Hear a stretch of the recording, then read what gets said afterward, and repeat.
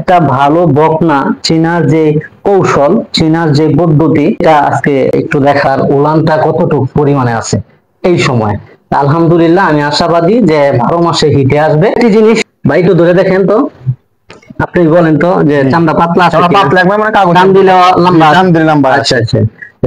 আসসালামু আলাইকুম ওয়া রাহমাতুল্লাহি ওয়া বারাকাতুহু। প্রিয় খামারি ভাই এবং বোনেরা, সকলে কেমন আছেন? আশা করি সকলে ভালো আছেন। আলহামদুলিল্লাহ আমিও ভালো আছি। আজকে আমার খামারে যেই ভাই চাপাই নবাবগঞ্জ থেকে আসছে, 1 মাসের উপরে হয়েছে, আমার খামারে দীর্ঘদিন যাবত আছে আলহামদুলিল্লাহ। প্রথম থেকে শেষ পর্যন্ত যে আমি গরু কিভাবে লালন পালন করতেছি, গরুকে কি পরিচর্যা করতেছি, কি কি কখন কি ঔষধের প্রয়োজন হচ্ছে, এবং দুধ দহন, পরিষ্কার পরিচ্ছন্ন গাবি, কি কি লক্ষণ যে ভালো গাবি, সে বিষয়গুলা কিন্তু এখান থেকে অনেক কিছু তথ্য উনি পাইছে আলহামদুলিল্লাহ। উনিও বাড়িতে একটি খামার দিবে, গরু লালন পালন কিংবা গাবি, হাঁস, বকনা সবগুলা মিলেই উনি একটা খামার দিতে যাচ্ছে, ক্ষুদ্র খামারি হতে চাচ্ছে। হাতে কলমে শিখে সেই চিন্তা ভাবনার মাধ্যমে কিন্তু আমার এখানে আসছে। শিখার কোনো শেষ নাই, আর শিখার কোনো বয়স নাই। নতুন নতুন টেকনোলজি হচ্ছে, নতুন নতুন রোগ বাড়ছে, মেডিসিন পাওয়া যাচ্ছে কিংবা ভ্যাকসিন পাওয়া যাচ্ছে। তো এই বিষয়ে যদি একটা খামার থেকে শেখা যায়, খামারে কিভাবে গরু লালন পালন করে, আবার খামারে একটা খামার থেকে দুগ্ধ খামার থেকে কিভাবে লাভবান হওয়া যায়, দানাদার খাবারে কিভাবে কমানো যায়, এবং ঘাস কিভাবে দেওয়া যায়, কি পরিমাণ খাওয়ালে একটা গাভী থেকে ভালো ফল। বকনা চিনার ক্ষেত্রে আমি বলতে চাই যে ভাইকে আমি আগেই এখন কিছু বলতে চাই যে ভাই এতদিন পর্যন্ত কি শিখছে, যে ভাই আপনি এতদিন পর্যন্ত আসছেন, আপনি কি শিখলেন, কি আসলে বিষয়, এই ব্যাপারে যদি আমার দর্শকদের একটু, আমার ভাই বেরাদার যারা আছে নতুন খামার করতে চায় তাদের ব্যাপারে যদি। আসসালামু আলাইকুম। আমি এই খামারে 1 মাস বা 35 দিন যাবত কাজ করতেছি, খাতা কলমে লিখতেছি। বেশ অনেক কিছু শিখেছি, যেমন ল্যাম্পিং ভ্যাকসিন দেওয়া, কলিজা কৃমির ইনজেকশন দেওয়া, বা খুরার জন্য ইনজেকশন দেওয়া, বা কৃমির ডোজ, বা লিভার টনিক, বা উটে নানা রকম সমস্যা দেখা যায়, যেমন উট শক্ত হয়ে যাওয়া, আবার ম্যাস্টাইটিস হয়ে যাওয়া, আবার অনেক মাঠে দুধ আইতেছে না, আবার তারপরে ধরলেন যে গাভীর জ্বর হওয়া, কি আরো অন্য অন্য যাবতীয় জিনিস আমি অনেক কিছু প্রায় শিখে গেছি। আমি এই পর্যন্ত ধরলেন যে আগাইতে পেরেছি, তো অনেক কিছু শিক্ষার কোনো শেষ নাই। যতদিন যাবো ততদিন নতুন নতুন টেকনোলজি বের হচ্ছে, তত যে জানতে হচ্ছে। তাহলে আপনি বোঝা যাচ্ছে খামার করে সফল হওয়া সম্ভব। সম্ভব। কেউ যদি আপনার মতন একজন খামারের কাছ থেকে ভালো জিনিসগুলো শিখতে চায়, তাইলে আপনি কি মনে করেন যে খামার থেকে যদি শিখে, ইউটিউব না দেখে যদি শিখে, তাইলে সে কি খামার দিয়ে সফল হতে পারবে কিনা? পারবে, অবশ্যই পারবে। পারবে ইনশাআল্লাহ। তাহলে আপনি বুঝতেছেন যে না, এই খামার থেকে যত কিছু শিখছি এই অনুযায়ী যদি আমি খামার করি, তাহলে সেই খামার থেকে সফল হওয়া সম্ভব, তাই নাকি? জি।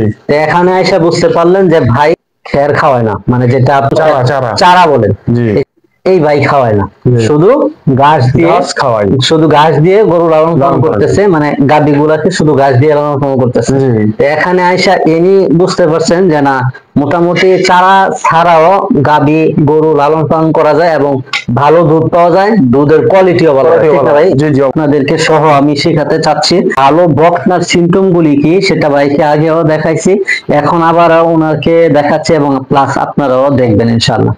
একটা ভালো বকনা চেনার যে কৌশল, চেনার যে পদ্ধতি, এটা আজকে একটু দেখাবো ইনশাআল্লাহ। ভালো কোয়ালিটি ফ্রিজিয়ান বকনা কিভাবে চিনবেন কিংবা চেনার উপায়। 1 নাম্বার, শরীরের যে গঠনটা আছে, শরীর অনুযায়ী তার মাথা ছোট থাকবে।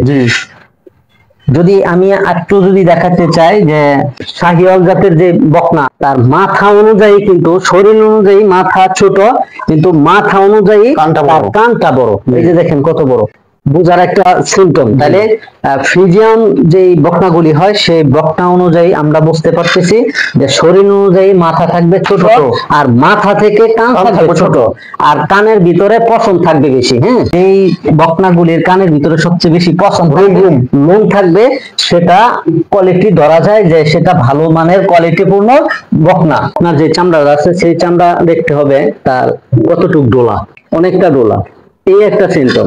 আরো একটা সিমটম যদি বলেন বা বুঝেন, সেটা হচ্ছে যে চামড়া পাতলা আছে কিনা, একবার এই যে সারে কাগজের মতো দেখেন, এই যে। ভাই একটু ধরে দেখেন তো, আপনি বলেন তো যে চামড়া পাতলা আছে কিনা? পাতলা একবার মানে কাগজ টান দিলে লম্বা, টান দিলে লম্বা। আচ্ছা আচ্ছা, চামড়াও পাতলা, ঠিক না? জি জি এই সিমটম গুলো আমরা প্রাথমিকভাবে বুঝতে পারতেছি, জানতে পারতেছি যে এই ফিজিয়াম জাতের বকনা জি, জি। সবচেয়ে ভালো মানুষ হয়ে ভালো থাকে। মানুষ হতে পারে। এই সিমটম যদি থাকে, আরো একটু যদি জানতে চাই যে এখানে যে পিঠটা থাকে তার, জি এই পিঠটা কিন্তু একবারে সমতরল থাকে। সমতল থাকে। আরেকটা জিনিসটা হচ্ছে যে এখানে যে পাঁজরের যে হাড়টা আছে, ঠ্যাঙের যে হাড়টা বলে, আমরা হাড় বলি, জি জি সেই হাড়ের দূরত্ব থাকবে অনেকটাই। তো এটা দেখা যাচ্ছে পুরাপুরি 1 ফিটের মতন দূরত্ব আছে। জি। তার মানে বোঝা যাচ্ছে যে একটা ভালো মানের কোয়ালিটিপূর্ণ বকনা চিনতে গেলে যে এই জিনিসটা অবশ্যই লক্ষণীয়, কিংবা এই জিনিসটা বোঝার জিনিস আছে, ঠিক না? জি, জি, জি। তখন যখন এই জিনিসটা আমরা দেখবো, তখন আমরা বুঝতে পারবো যে না, এই কোয়ালিটিপূর্ণ বাচ্চা যদি হয় তাহলে অবশ্যই এটা থেকে ভালো কিছু পাওয়া যাবে। আরেকটা জিনিস যদি আপনাদেরকে দেখা, পাছা থাকবে ভারী, যে দেখেন সামনাটা কিন্তু চিপা, আর সেই হিসেবে যদি আমি একটু দেখাই যে এই যে পাছাটা কিন্তু বড় সাইজের, মানে মোটা সাইজের, ভারী সাইজের। এই জিনিসটা আমরা লক্ষ্য দিতে হবে। একটি জিনিস যদি আমরা দেখি, যে এই যে দেখেন তার যে হাঁটু আছে, এই যে দেখেন লেজটা দেখেন, হাঁটুর নিচে কিন্তু যায়নি, হ্যাঁ, হাঁটু বরাবর আছে, হ্যাঁ। যেই যেই বকনার লেজটা হাঁটু বরাবর থাকবে, হাঁটুর উপরে থাকবে, নিচে না নামবে, সেই বকনা থেকে ভালো দুধ আশা করা যায়। জি। সিমটমের মধ্যে এটা অন্যতম একটা সিমটম, যে এটা দেখে আমরা ভালো বকনা কালেক্ট করতে পারবো, ঠিক না? চিনতে পারবো। চিনতে পারবো। আরো একটি জিনিস যদি আমি আপনাদেরকে দেখান, সেভাবে দাঁড়াবে, তখন দেখা যাবে তার এখানে সমতরল হিসেবে তার মাথা এবং গা সমতরল, এখানে কোনো পুঁজ থাকবে না। ধরতে চাই, হঠাৎ করে লাথিও মারতে পারে। এই যে দেখেন, তার এখন 8.5 মাস থেকে 9 মাস বয়স চলতেছে। মাশাআল্লাহ বলবেন সকলে। এই যে দেখেন, এই যে দেখেন কতটুক তার উলানটা কতটুক পরিমাণে আছে এই সময়।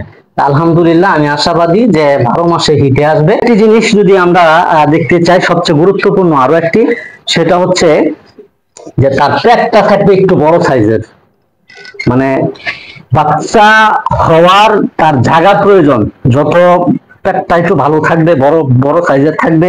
এই যে এটা ইউ আকৃতি, দেখেন আপনারা যদি একটু খেয়াল করেন তাহলে কিন্তু এই যে দেখেন ইউ আকৃতি, আমরা যে ইংরেজিতে ইউ বলি, সেই ইউ আকৃতির কিন্তু এই পেটটা। যখন এই ইউ আকৃতির পেটটা থাকবে, তখন বাচ্চাটাও সুস্থ থাকবে, বড় থাকবে, হৃষ্টপুষ্ট থাকবে। তার পরিপূর্ণ যে শক্তিটা, পরিপূর্ণ যে এনার্জিটা, সে বাচ্চাটা হবে। এবং এই এই বকনা দেখে বোঝা যাবে যে না, তার দ্বারা মা হওয়া সম্ভব, ঠিক না? সে ভালো মা হতে পারবে। তার কাছে ভালো কিছু আমরা অর্জন করতে পারবো, আশা করা যায়। আরো একটি জিনিস যদি আপনারা দেখেন, যে এখানে যে একটা হাড় আছে, এখানে যে একটা হাড় আছে, এখানে একটা হাড় আছে, এটারে আমরা বলি ত্রিভুজ প্রকৃতির। এটার একটি গুরুত্বপূর্ণ বিষয়, বা একটু খেয়াল করেন। এই ত্রিভুজ প্রকৃতির যে গরুগুলি দেখবেন, এখানে যে জায়গাটা আছে পুরো ত্রিভুজ প্রকৃতির, এই ত্রিভুজ আকৃতির, এটা যদি আমরা লক্ষ্য করি কিংবা এটা যদি আমরা বুঝি, তাহলে বোঝা যাবে যে না, এই বকনা দিয়ে ভালো কিছু সম্ভব, এবং এই বকনা থেকে আমরা ভালো দুধ আশা করতে পারি, ঠিক না ভাই? জি জি এই জিনিসগুলো আপনাদেরকে বোঝানোর জন্য চেষ্টা করছি। আর বাইশবে অতদিন পর্যন্ত আমার কাছে আসছে, বাইশবে জায়গা কিনা আমি সঠিক জানি না, যদি যায় তা ওনার জন্য দোয়া করব। আর যদি কিছুদিন থাকতে চায়, আলহামদুলিল্লাহ কোনো সমস্যা নেই, থাকতে পারবে।